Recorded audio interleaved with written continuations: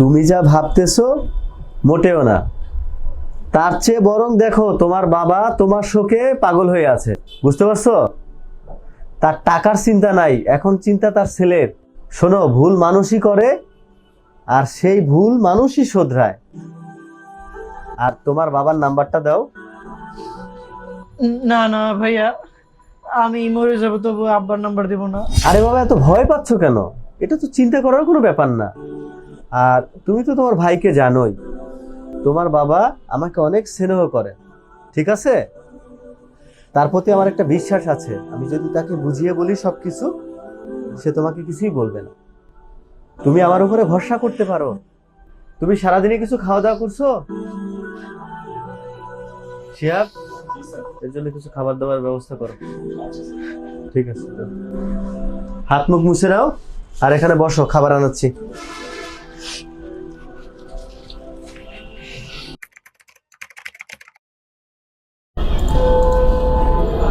ভাই খাইছেন তো, এবার পানি খান। স্যার, বাসায় তো আমার বাবা মা না খেয়ে বসে আছে, এখন তো যেতে হয়, 10টা বাজছে। তোমরা কি একসাথে খাওয়া দাওয়া করো? জি স্যার। তো এই যে ইয়ামিন, শুনছো? দেখো, বাবা মা ছেলে মেয়ের জন্য কত কষ্ট করে, এত রাত বাজে তাও তার জন্য না খেয়ে বসে আছে বাবা মা।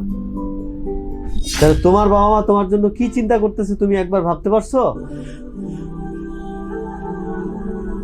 শিহাব, জি স্যার। ছেলেটা তো একটু বিপদে পড়ছে, আজকে একটু কষ্ট করো, আমরা সবাই একসাথে বের হই। ঠিক আছে স্যার। ওকে, ঠিক আছে, একটু বসো প্লিজ।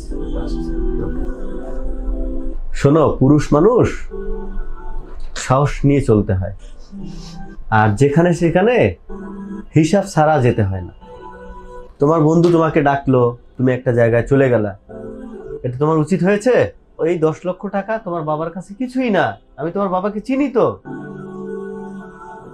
ধৈর্য ধারণ করো আর তোমার বাবার নাম্বারটা বলো। নাম্বার দাও আমাকে।